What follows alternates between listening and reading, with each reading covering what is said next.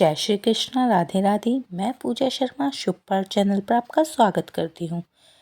आज इस वीडियो में हम पौष माह की संकष्टी चतुर्थी व्रत कथा सुनेंगे और गणेश जी की कहानी सुनेंगे।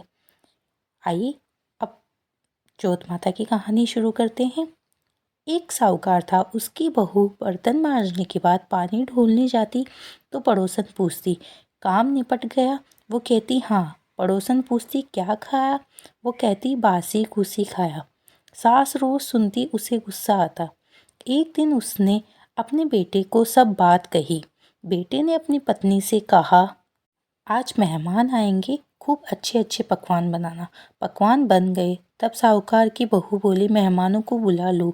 तो उसके पति ने कहा, अपनी सबकी थाली एक साथ लगा लो, मानो अपन ही मेहमान हैं। काम निपटाकर बर्तन मांजने के बाद पानी फेंकने गई तो पड़ोसन ने वही बात फिर पूछी। उसने जवाब वही दिया कि बासी कुसी खाया। उसका पति छिपकर सुन रहा था। उसने पूछा, तू हमारी झूठी बदनामी क्यों करती है? अच्छा अच्छा खाना खाती है और बासी कुसी बताती है, शर्म आती है तुझको?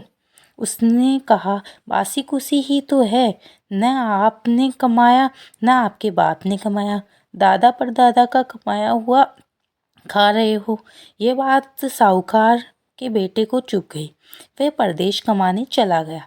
जाते समय कह गया, अपने घर में आग मत बूझने देना, चूल्हे की बुझे तो दिया जलाकर रखना, दिया बुझे तो पहले ही चूल्हा जला लेना।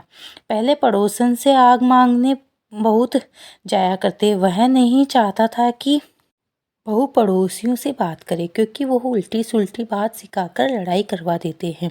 एक दिन चूल्हा और दिया दोनों बुझ गए। सास मंदिर गई हुई थी। बहू ने सोचा, मैं पड़ोसन से आग मांग लेती हूँ। वह आग मांगने गई तो पड़ोसन चौथ माता की पूजा कर रही थी।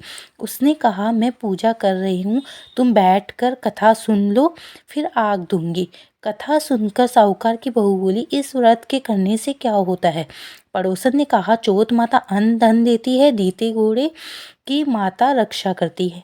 परदेश से पति घर आता है, उसकी जीवन की रक्षा करता है। उसने कहा, मैं भी व्रत करना चाहती हूँ, पर व्रत कब आता है इसका पता कैसे लगेगा? मेरी सास तो किसी से बोलने ही नहीं देती है। उस पड़ोसन ने उसे 30 गेहूं के दाने दिए और कहा, इनमें से एक दाना रोज एक दूसरे आले में रख देना। 30 दिन में 30 आखे दूसरे आले में चले जाएंगे, तभी चौथ आ जाएगी। साहूकार की बहू इसी प्रकार व्रत करने लगी। सास उसे 4 टाइम रोटी देती थी।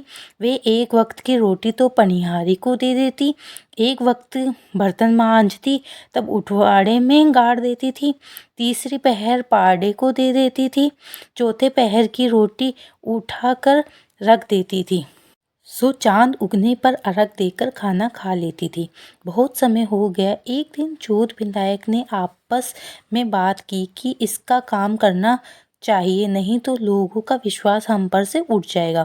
सो चौथ विनायक उसके पति के सपने में गए और कहने लगे, साहूकार सो रहा है या जग रहा है?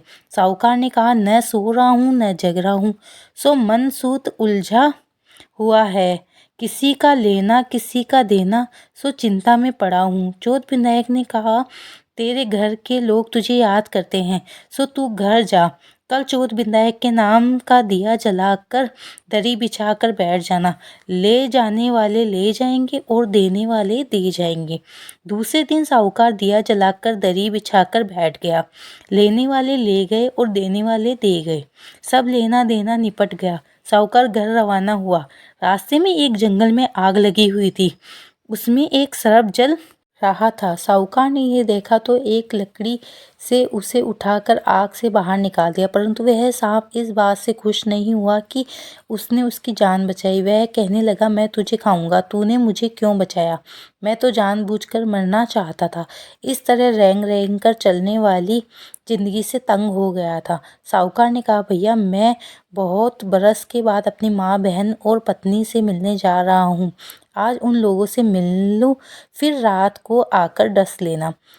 उस सांप के खाट पर नहीं चढ़ने की आन थी। उसने कहा, मैं खाट पर कैसे चढ़ूंगा? साहूकार ने कहा, मैं अपनी पत्नी की साड़ी की आंटी लटका कर दूंगा, उसके सहारे चढ़ जाना। सांप ने कहा ठीक है। साहूकार घर आया, अपनी माँ, बहन और पत्नी से मिला। मन में वह बहुत दुखी था क्योंकि सांप आज रात ही उसे खा जाने वाला था। उसने अपनी पत्नी से कहा, अपने छत वाले कमरे की सीढ़ियों में से एक पर तुम बालू रेत बिछा देना, एक पर पानों की गड्डियाँ रख देना, एक पर फूल बिछा देना, एक पर इत्र फुलेल छिड़क देना, एक पर केसर केवड़ा रख देना, एक पर कच्चा दूध रख देना, एक ऊपर वाली सीढ़ी पर नमक रख देना। रात को सांप आया, खूब बालू रेत में लोटा, खूब पानों की गड्डियों में लोटा, खूब फूलों में लोटा, खूब इत्र फुलेल सूंघा, खूब केसर केवड़ा सूंघा, खूब खुश होकर दूध पिया। ये सभी चीज़ें सांप को बहुत पसंद होती है। फिर उस कहने लगा, साहूकार तूने मुझे सुख तो खूब दिया, पर मैं वचनों से बंधा आया हूँ, सो तुझे डसूंगा जरूर।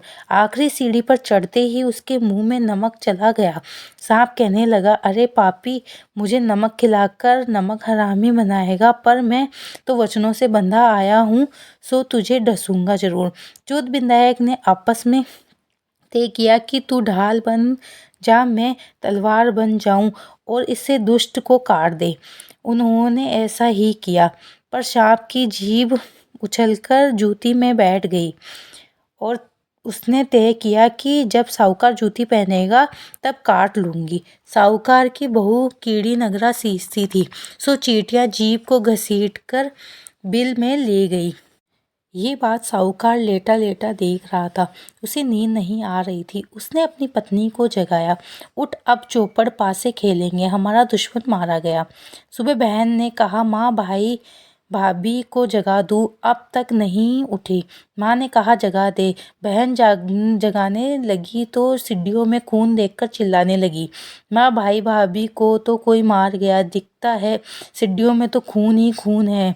छत के कमरे की खिड़की खोलकर भाई ने कहा, हम मरे नहीं, हमारा दुश्मन मरा है, सीढ़ियाँ धुलवाओ, हमें नीचे ले आओ। सीढ़ियाँ धुलवाई गई, फिर वे लोग नीचे आए। साहूकार ने माँ से कहा, पूछा, माँ, आपने यहाँ चौथ विधायक का व्रत कौन करता है?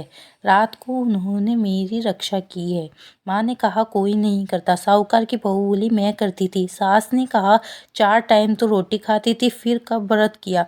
उसने कहा, व्रत के दिन सुबह की रोटी पनिहारी को दे देती थी, दोपहर की रोटी उठवाड़े में गाड़ देती थी, तीसरे पहर की पाडे को दे देती थी, रात को रोटी उठाकर रख देती थी, जो रात को चांद उगने पर अर्घ देकर खा लेती थी। सास ने पनियारी से पूछा। उसने कहा, हाँ, हर माँ चौथ को सुबह बहू मुझे रोटी देती थी। उठाड़े में खोदा तो सोने के चक्कर मिले। शाम को पाडा आया, उससे पूछा तो खिल खिल कर हंसा तो मोती झरे। यह देखकर सास बहू के पैर पर गिर पड़ी। हे बहू, आज तू व्रत न करती होती तो मेरा तो बेटा मर ही जाता।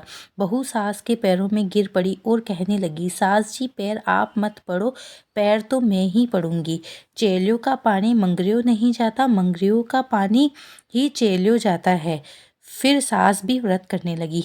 हे चौथ माता, कहानी कहते सुनते व्रत करने वालों का इसी प्रकार जिनकी जी के लिए करती है, उनकी रक्षा करना। आइए अब गणेश जी की कहानी सुनते हैं।